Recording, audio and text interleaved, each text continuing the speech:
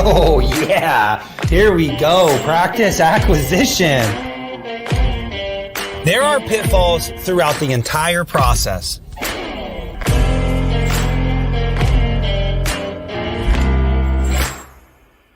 If you want to buy a practice, this is how, folks. Acquisition Unscripted. The truth when buying and selling a dental practice. And now your host, Michael Dencio. All right. Here we go. Another episode of Dental Acquisition Unscripted. Again, Mike Dencio with Next Level Consultants. And today we have a special guest and friend. I always say that, special guest and friend, but actually Tyler is a pretty good friend of mine. And we've had him on the show before on the startup side of things, I believe. But today we are going into the acquisition side. So special guest to me and friend, Tyler Jones. Thanks for being a part of the program, my friend. Hey, Mike. Thanks for having me. You know, when I thought about this episode this morning, I said, this is going to be fun because we're going to actually get into some weird stuff today. And I feel like, you know, we're always talking about topics like, you know, how to do an LOI and how to get your banking terms good. But today is like real world, like how to tell if you're going to struggle in an acquisition. We're going to go through 4 or 5 different things that just should be red flags as you go into the process. And no better than Mr. Tyler Jones, partner at Helsell Fetterman, to help me and navigate me through this conversation. And so, Tyler, just tell us a little bit about your firm, what you do, and how you help people. Sure. So my name is Tyler. I'm in charge of our tax group and our health group. So I work almost exclusively with dentists in kind of all phases of their career, but a large chunk of that is buying and selling practices. So we do startups, employment agreements, Department of Health things, but kind of my passion has always been acquisitions. I like buying and selling practices, and it's intellectually stimulating, and I'm excited to talk about this because as I was getting ready for it, thinking about, well, I could just tell war stories for hours with Mike, but what do which we do for lunch all the time. Yeah, but what do they all have in common is more interesting. And actually, it was kind of easy to get them down to like, what are the 5 things that I hear when I'm taking an intake call from a client, you know, who's talking to their lawyer for the first time, where I go, you know, that's not necessarily a problem yet, but there's a high degree of likelihood that this will become an issue. Yeah. And, you know, oftentimes the clients are really concerned with the minutia, like the purchase price and how the AR is going to be bought and when they're going to meet the staff. And I'm thinking, as Mike is, about, you know, some things that aren't even on their radar. Yeah, no, I love that because, you know, I personally take, just like you, a lot of calls from prospective clients like our listeners and soon to be clients, but like they'll be running through the scenario in the first 15 minutes and I'm asking my questions and you're asking your questions. And it's the calls where it's like, oh boy. And then, oh boy, oh shit, here we go. And they're super excited about it because, you know, look, like you guys have never bought a practice, you know, you haven't done hundreds like we have. And so, this episode is all about kind of putting in one 45-minute episode of like all of our experience and what we've seen historically be challenges post-close. So let's get into the first one. And by the way, folks, we are live. I keep reminding you all, if you're not, if you didn't know, you can literally chat with us, and you can go onto our Facebook and YouTube and look at the schedule. And not too many people do that, but you're welcome to. So if anything stimulating comes through the chat, we're happy to address it. But Tyler, with that being said, let's go through the very first one that you had in mind, and then I'll go on the next one. So I'll give you the first one. What's the first one that comes to your mind on hot issues going into transitions? The number one thing that I would say, just from an intake call where you go, this one's going to be a little harder than the average transition, is is this the seller's second practice? Does the seller own more than one practice? Yes. Brokers tend to think like all practices are the same. If you own 5, you can sell them one at a time. But I think what buyers don't appreciate is there is no practice owner who owns multiple practice that isn't sharing resources between those practices. It makes you think. I love this one. Thank you for bringing this one up. This one was on my list as well. But let's talk about this. So I'll redefine it and say in Denzio style, just to say it again. So someone owns a second practice or a third practice. They own multiple practice and they're peeling one off and selling it to potentially you. What's the first thing that comes to your mind? Because I'm thinking about 17 things right now why that could be a challenge. First thing I always say is no one is going to sell their best practice. They're going to sell the one that's got problems. So you got to figure out what the problems are, because there's a reason it's getting peeled off. So you're already thinking, okay, why? It's almost like when you're dating. Well, me and you are old married men now, kids. We have a totally different life. But when we were single, why? What's wrong with this girl? Why? Why isn't she married? She's, you know what I mean? It's like, what's going on here? So it's kind of like you're instantly thinking you should be anyways. Yeah. Why is this guy doing this or gal's doing this? Yeah. Is the lease about to expire and the landlord's not being very cooperative? Did they just have a bunch of employees quit and the owner said, I can't do this anymore? Mm-hmm. And so they've sent a common problem is you'll see they have 2 or 3 practices, but there's an associate in this one. Mm-hmm. And the associate is basically a hygienist. Yeah. And so you're sitting there going, okay, well, how much money is this practice really going to spin off? And then if you peel back the onions, how many employees are shared between the practices? How many patients are shared between the practices? Totally. And you start figuring out, so if he diagnoses something at this location or do they actually get the crown seated somewhere else? Yeah. Is the fancy machine at the other location? Yeah. Are they sharing expenses? Does the CPA get booked under both or just one? So it looks like there's more cash flow coming out of this practice than the other. Yeah. You just got to be hyper diligent when you're looking at a second office because, sometimes they are great. Maybe the seller's practices are too far apart. Orthodontists are this way and they just want to focus on one. Mm-hmm. But more often than not, you immediately have to start figuring out, well, who are you going to be working at taking with you, right? Because if you have staff that are between the two of you, they have an easier out to quit and go get a job. That's right. That's right. That's the number one thing that buyers have the hardest time with. They go, well, I don't care if they work somewhere else on their day off. And I have to go, oh, you do care. Because the first time you make a change, they will go running. Yeah. I like from a legal perspective, Tyler's got his super protective hat on. There are things that Tyler, you can get into that contract to try to save some of the risk. But what I found though, and this is actually going to be a theme for all of these ideas and topics that we're going to go over today.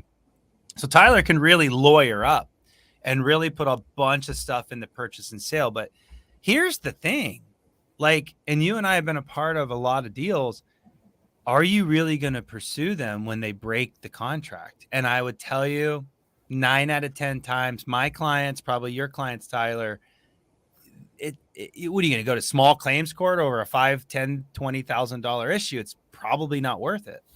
No, that's why it's not enough to just put in the agreements when you're doing these types of deals where it's a second practice, what you want to happen. Of course you should, but you kind of need to set the stuff in motion beforehand. We had one where they had a shared cloud server between the practices and we needed to schedule, and we were adamant, we're going to schedule in advance the split of the server so that we're not sharing information.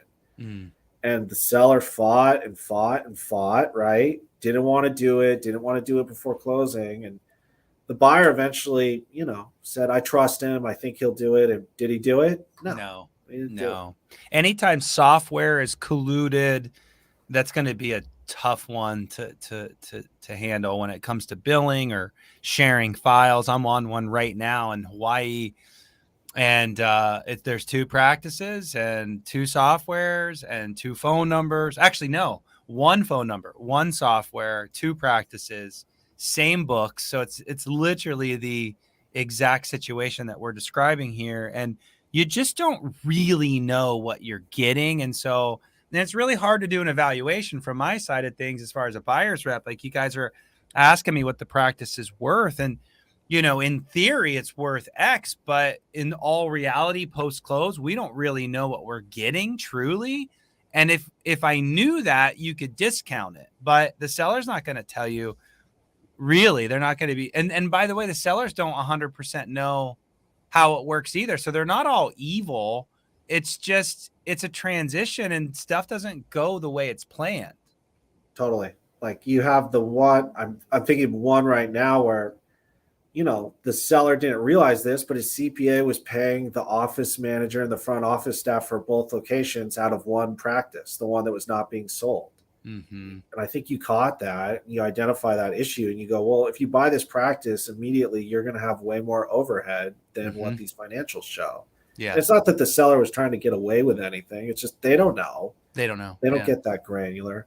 I will say, though, that the number one thing that happens when someone owns multiple clinics is there's some piece of equipment in that clinic that the seller thinks belongs to the other clinic. 1,000%. If it's the endo motor or the implant kit, or hell, I've had a chair taken out of a practice before.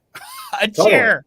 And you always have say just, it's on loan from the other clinic. That was on loan.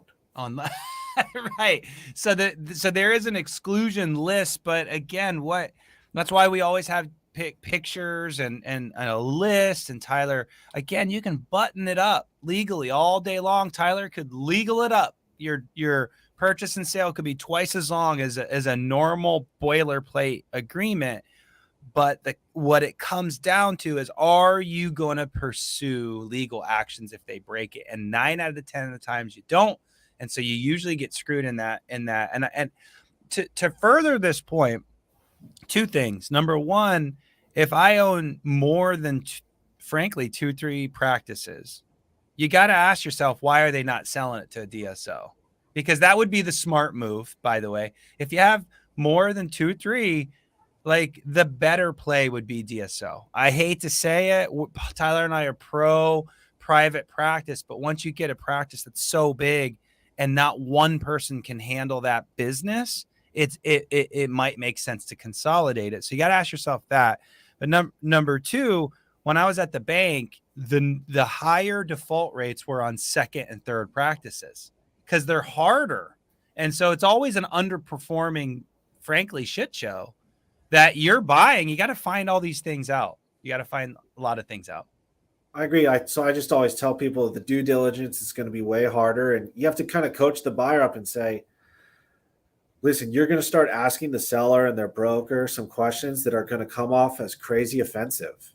And yeah. But there's too many people start a second practice thinking I want to make more money, so I'll double my money with another location. Yeah. And the reality of it is it just turns into a loss leader almost instantly. It's why I won't go on record and say which bank, but there is a fairly large dental lender in the country that we would all know if I said the name, and they just don't do second offices because of this reason. And it's a real thing. All right, let's switch to mine. Okay. I got one for you.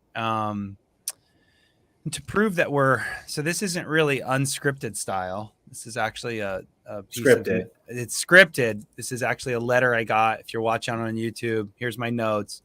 It's somewhat scripted. This is about as scripted as it gets. All right. So here's mine. And it seems to be like something that happens to you and me, Tyler, all the time. And it's buyers, folks, you listeners, you guys have this like romantic idea, and I'll take those words out of Tyler because he always says it, and a romantic idea that the seller should stay on and jockey these patients over to you. And so post-close, doesn't it make sense to have them there, and they're literally hand-holding these patients over to you and say, no. Okay. It doesn't happen, number one, the way you think it's going to happen. So my second one is the seller sells you the practice, gets his or her check, and then wants you to employ them post close. And they want a guarantee of how many days, and they also want a guarantee of how much production, and they also want to be paid 32 to 35% of production. So it's like this cake and eat it too situation. And buyers are like, oh, I'll do that because they're going to pass the goodwill. Have you ran into this this All the week? time. Yeah, every week. I think the thing I always say is that a seller who wants to sell their practice and work back for an extended period of time, kind of demanding that they work back, because a lot of sellers will say, I'm happy to work back if you need me. Right. And that's fine. That's charitable and nice of them. But Right. when the ones who say, I have to work for another year, you can't fire me except for cause for 1 year. I get 3 full clinical days a week at 35% of my production.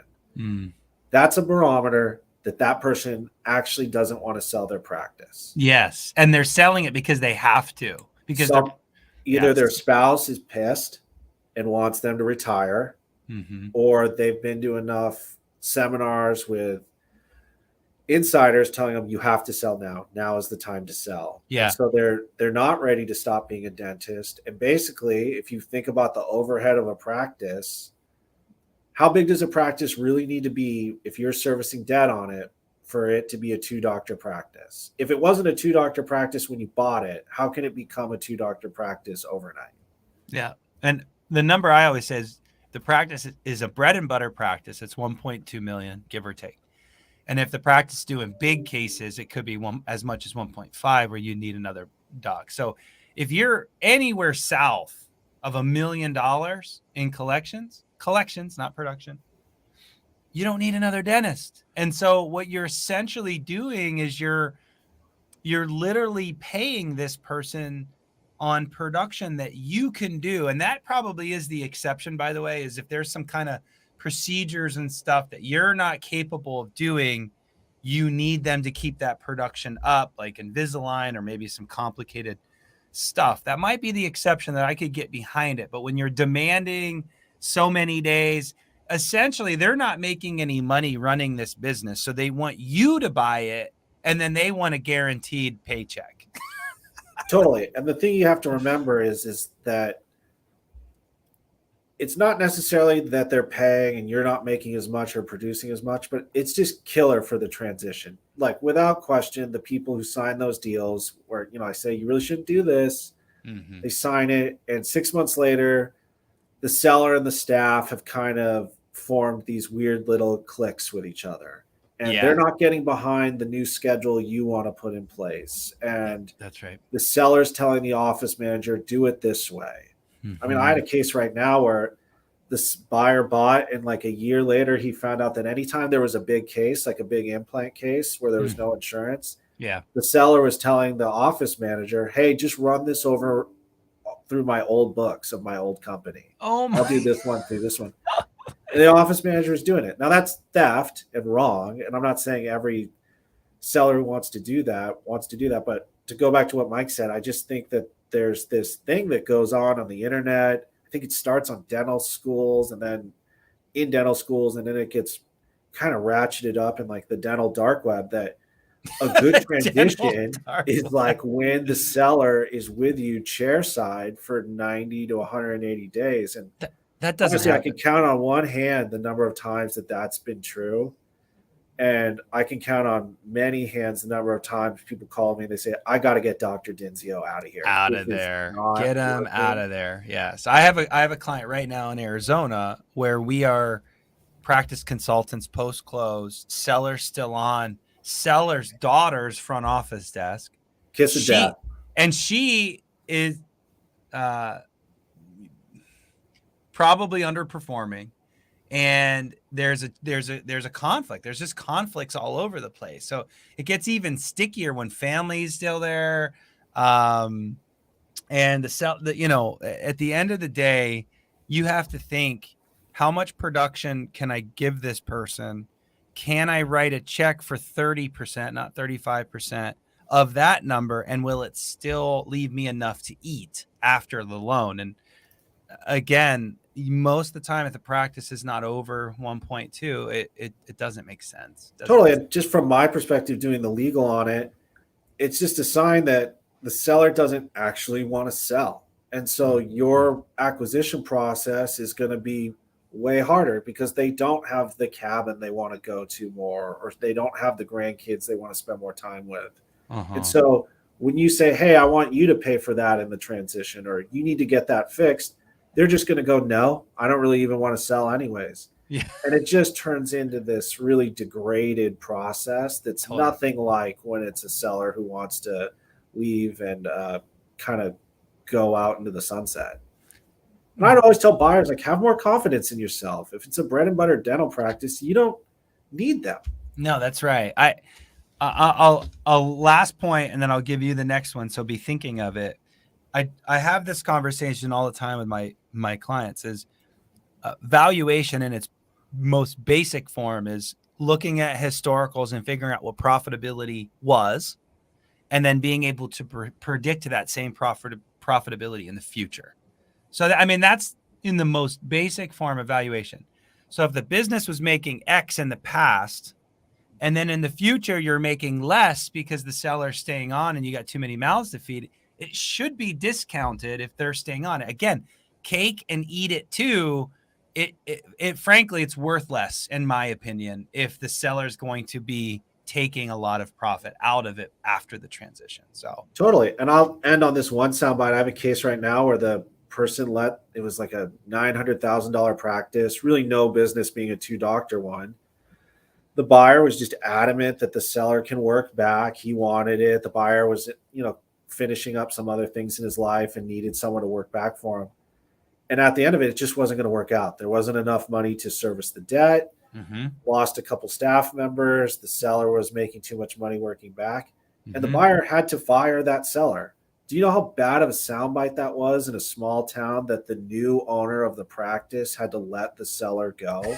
That's awful. It's so bad for patient attrition. They find out whether, no matter how hard you try to button it up. And it ended up being so much worse than firing, because all the staff learned that the seller was fired. And that's just such bad optics, as opposed to, hey, if I go on vacation, you can come in and work for me. But other than that, I took it over on this day. You just gave me an idea. Can we write into some contracts what the message can be if we have to let them go in the future? I mean, you could, but again, are you going to or you could just avoid the problem to begin with and right. not have them work back as hey, can we both agree that this will be the story when I fire you in 6 months? Can we both agree on that during the trip? Yeah, if negotiations weren't hard enough, let's start the breakup now. Let's get the soundbite. All right, what's your third one? Go. This one's kind of, the other one is, I think the most probably overly romanticized thing in like the dental dark web is the associate buy-in.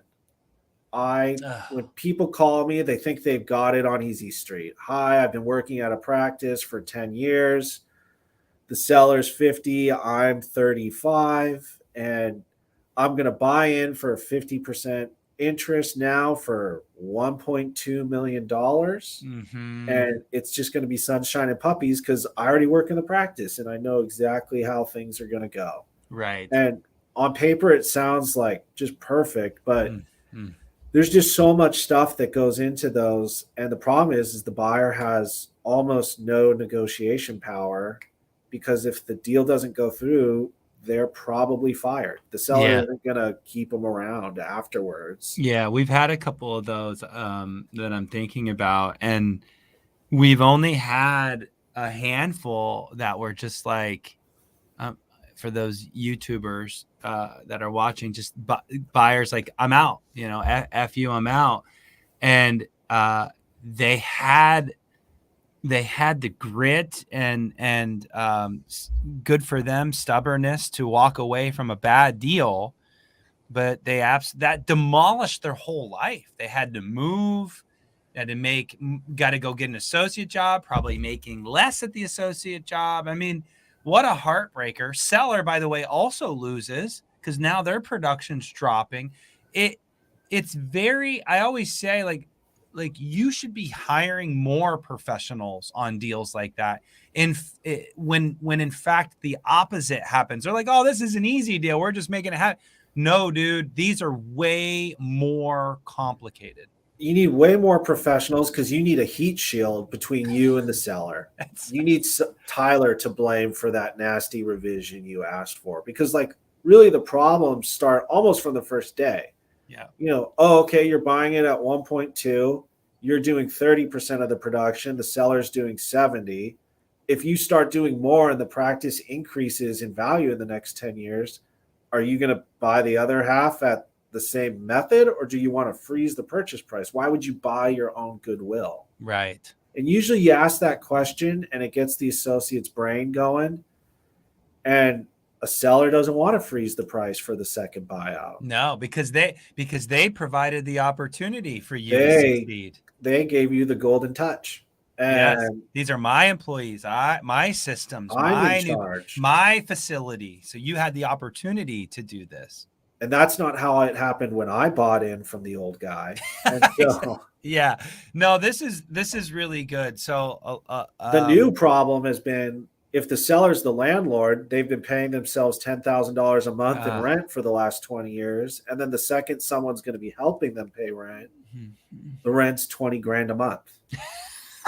And they find their friend from the golf club to tell them that the rent is worth 20. Let's slow down. That's so super important. So not only are you probably overpaying for the practice, which I could get behind a little bit of a value being slightly higher, because they do tend to be good transitions because nothing's changed. So I could buy into the value increase. It has to be reasonable, but Tyler mentioned the future value is in question. That's important.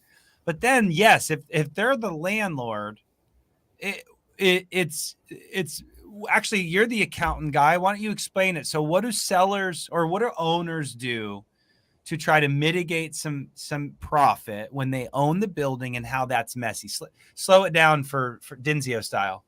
The problem is that a seller who owns his own real estate, or she does, they'll set up a rent payment between their two entities of 10 grand a month.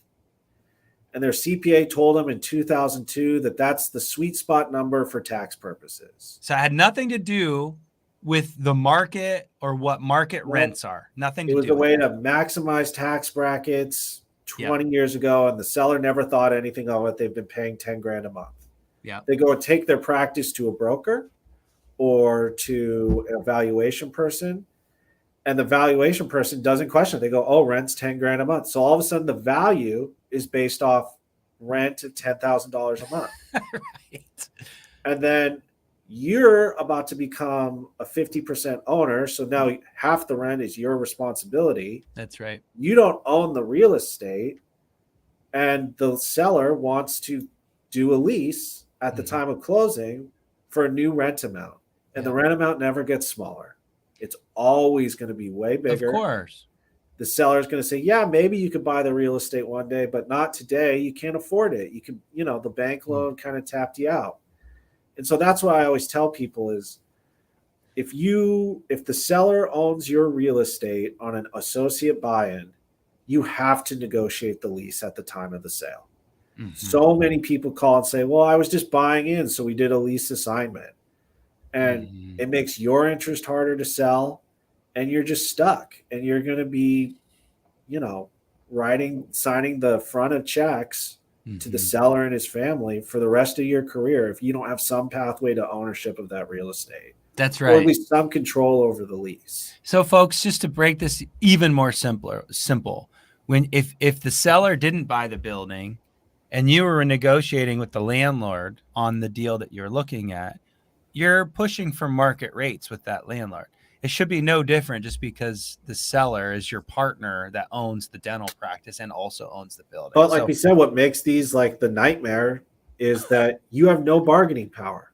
Yes. And if this deal doesn't go through, Mm-hmm. you're probably fired or going to Mm-hmm. need to quit. You're not going to want to break bread with this person at lunchtime anymore. Mm-hmm. And That's so right. those are the things you have to get just out in front of Mm-hmm. very early when you're going to do an associate buy-in. That's what I always say. Like if the average transition is somewhere between 30 and 90 days of prep, you kind of need to start the associate buy-in like 6 months in advance. That's right. And 'Cause have they the just take right longer. and have the right expectations going into what you're doing here, because you're going to work hard.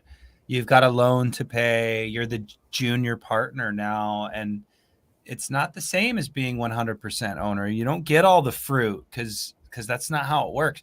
You're doing this because you want a smooth transition. And The that, way associate or partners pay themselves now, there's a large CPA group in the United States that has come up with a new formula for how partners pay each other.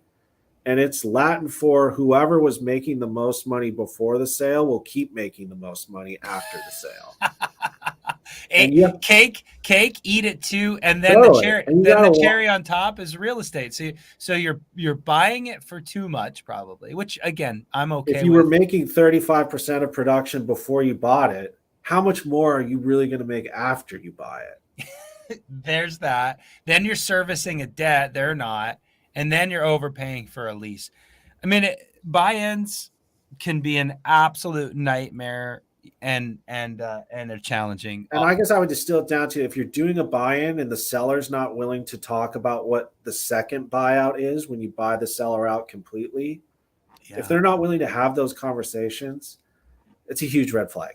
That's right. And I mean all kinds of things here, but folks, if you're associating or you're going to start a job and the carrot is, hey, ownership in the future, that makes this thing even more complicated because now your associate agreement has values attached to it. And it's like a mini purchase and sale agreement at the associate contract level for a future purchase of maybe it gets really fun, guys. There's those buy-ins sound great, but they definitely have some pitfalls. I have one. Speaking of like expectations and like getting all those up front, I don't know how to say this other than just having mismatched expectations of going into a transition. Like I have a lot of clients that call me, and again on that initial interview, and you're just like, oh boy, like it's building up to be like the worst deal ever, and there's too many clients that think like a practice that's underperforming, they're gonna go in and just crush, and like they're trying to get this amazing buy-in, and then they're just this business tycoon with all this experience to explode a practice or be an amazing leader. They just have this like expectation that it's going to go a certain way. Does that make sense? Totally. I kind of tell people when I'm talking to buyers at study clubs and stuff is before you even start thinking about buying practice, you got to know thyself, right? Because every single person says, I want to buy a $400,000 practice and grow it into $1 million practice. Right. Every single person will say that. And that's great. But like not everyone's a flipper, right? I'm not handy. I cannot flip a house. What I buy needs to be camera ready because I'm not able to fix it. That's right. And that's the same for dentists. You have to know thyself, right? Do you have the energy to work 6 days a week? Do you have the energy to be a hygienist 1 column a day? Mm-hmm. It's a lot. And a practice that's doing $400,000, yeah, maybe you can grow it into $1 million. And I hope you do as your attorney. But the kind of the mismatch expectations is they'll say, oh, Tyler, I found this great practice. What an opportunity. $380,000 just outside of Phoenix or just outside of Boulder. And, but I have some concerns. Some of the equipment's a little dated. Mm-hmm. And the sellers overpays his staff. And you kind of go, well, Doc, that's why it's $380,000. That's right. So they'll sign an LOI on a flipper, and then they're shocked to learn that there's hair on it. Oh yeah. And so that just makes the transition so much harder because you're trying to work through this client's expectations Mm-hmm. about what they're getting. And you go, hey, if you need camera ready, with 4 hygienists, a dialed in office manager, and someone billing insurance, It's 8 probably hours, not. It's probably not going to be a screaming deal. it's going to be a $1.5 million practice. That's And right. you're going to have to back up the Brinks truck to buy it. I always say to that point, ex-banker talking, like, look, you buy a practice for 500 grand. What's that? What's the average payoff on a $500,000 practice loan? Well, it's 7 to 10 years, give or take. Okay. Reverse it on a $2 million loan practice. What's the average payoff for that loan? It's more than twice the amount. Again, 7 to 10 years. It's because there's so much more cash flow on a $2 million practice. The smaller practices are hard. They're hard. So hard. The seller doesn't think it's a bad practice, right? Because they don't have debt on it. And the office manager is their wife, and they don't have to pay their wife any money. Mm-hmm. And so for them, a practice doing 400 grand a year spins off 180 grand, and they don't have a mortgage anymore. That was paid off 10 years ago, and they don't have student loans, and they're not collecting dogs and kids anymore. That's right. And so 180 goes a long way for them.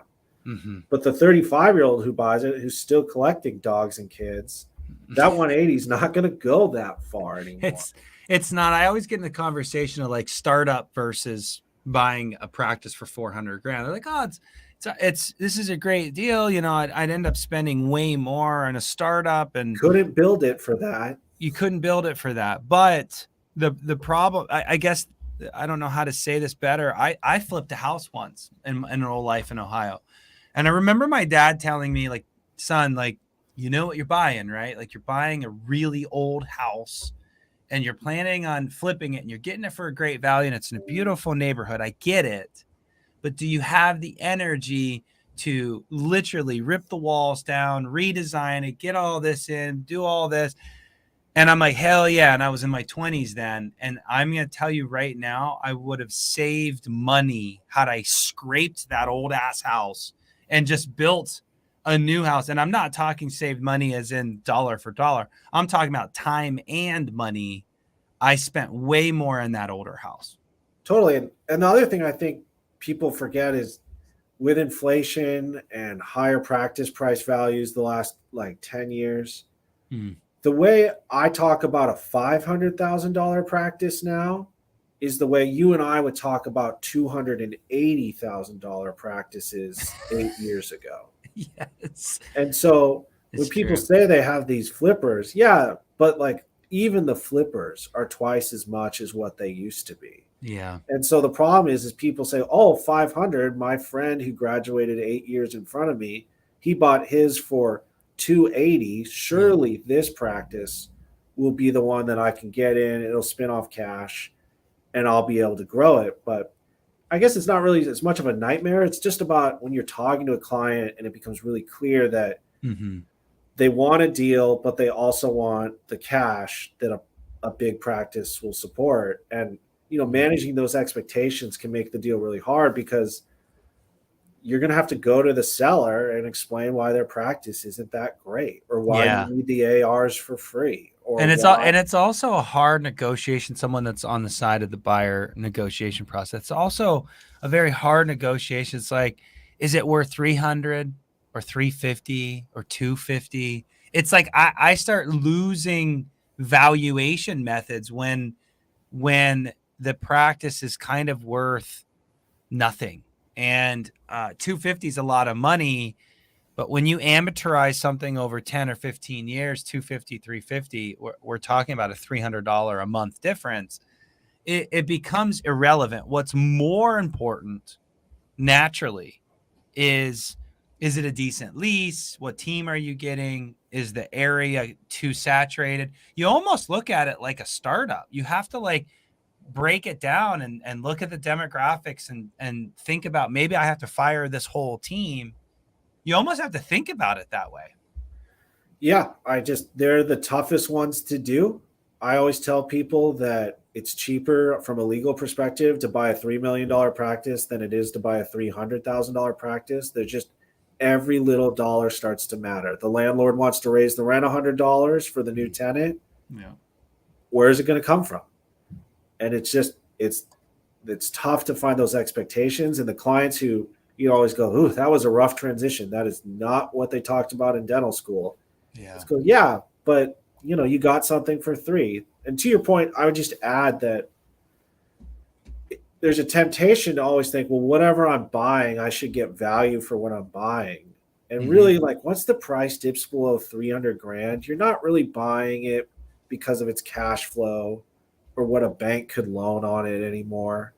It's more becomes what it's worth to you and bridging the gap between that and what a seller wants to sell it for. Yeah. It doesn't really, like, the people who call and they go, oh, I want it for 250, but the seller wants 270. He's overvalued it by 20 grand. It's not really possible. It's, he wants 270, you want 250, and it's just kind of a horse auction at that point.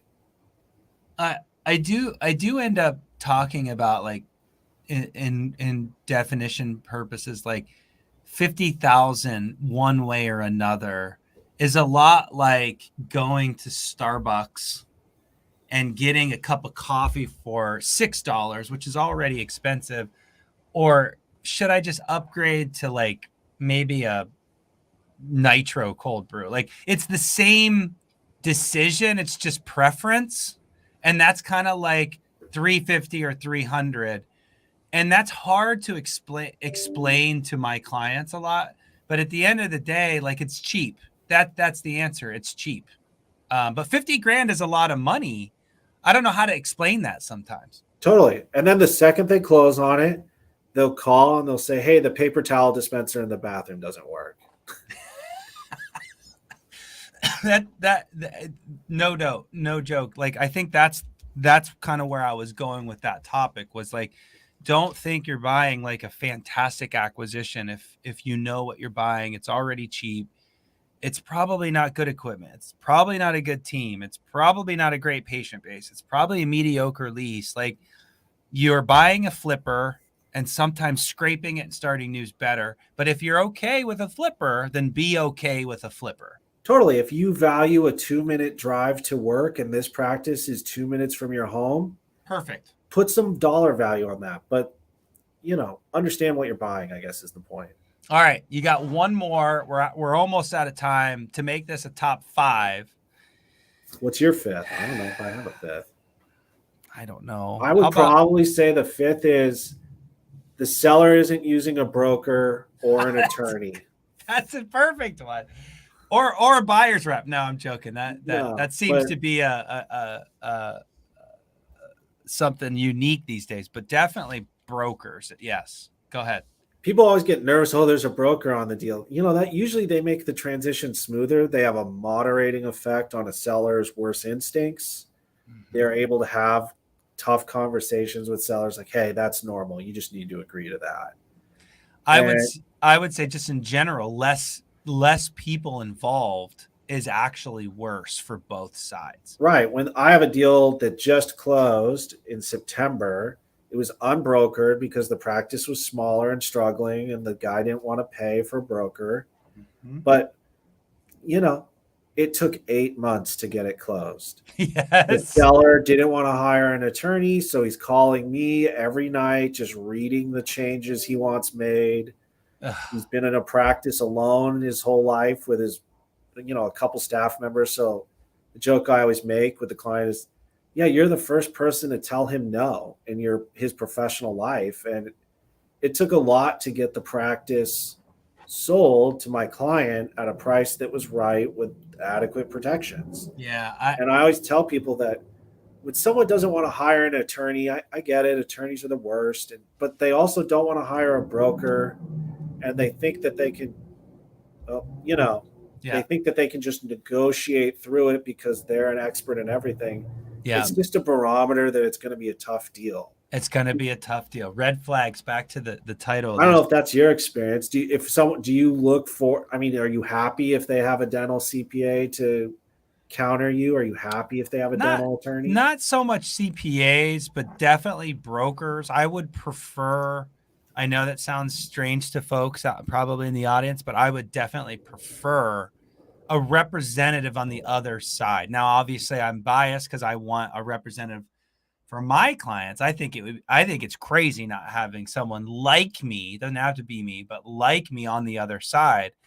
Just the more people involved, the more eyes. And it's not because we're just trying to get into your back pocket. It's because Tyler has the legal covered. Mike has the business covered. Your CPA has the tax stuff covered. The banker has their stuff covered, like insurance people with their things. Like all of these people working together to make sure that a $7 to $1 million investment is being looked at right. What a cheap insurance to hire folks to help you across the finish line. I agree with that. And I'm also super respectful of the fact that, 20 years ago, AFCO had a 12-page agreement that every person in the country bought and sold a practice with. Mm-hmm. And so, yeah, it's hard for sellers when they see that leases are now 60 pages and, non-competes are 5 pages. And the DSO that they're selling to has 110 pages of contracts. God, I get that that's hard for some people, but it's usually a barometer. I know I said that word a couple times of who you're dealing with when they're confronted with difficult or someone not just saying yes to everything they want, that their response is I don't want to work with professionals to help me. Yeah. So I always view that as kind of like whenever someone says, hey, Tyler, I'm buying this practice, but the seller doesn't want to use an attorney. They want you to draft the contracts and they'll read it. And there's no broker. Yeah. The client always thinks like, oh, goal with no goalie or something. But it's actually so much worse. Goal with no goal. That's 100%. And I also think that they think it's worth more. And they've talked to some brokers, and brokers are also disagreeing with their value, the sellers. Right. And here they are thinking it's worth $700 and it's really worth $450. And they've talked to 3 practice brokers, and all the practice brokers are saying it's worth at most $5. Like that, like why? That's a challenge. That's a challenge. So, well, my friend, it's been fun. Top 5 potential issues heading to closing. When I will say 5 red flags for your acquisition.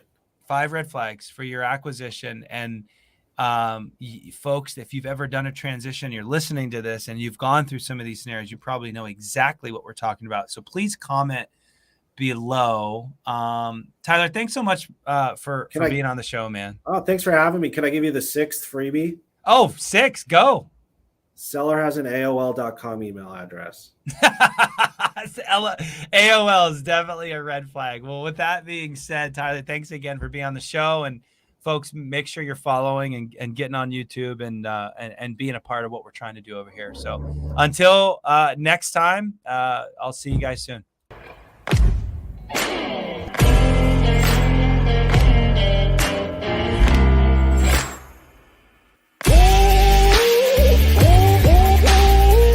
Tune in next time for another truth-filled episode of Acquisition Unscripted.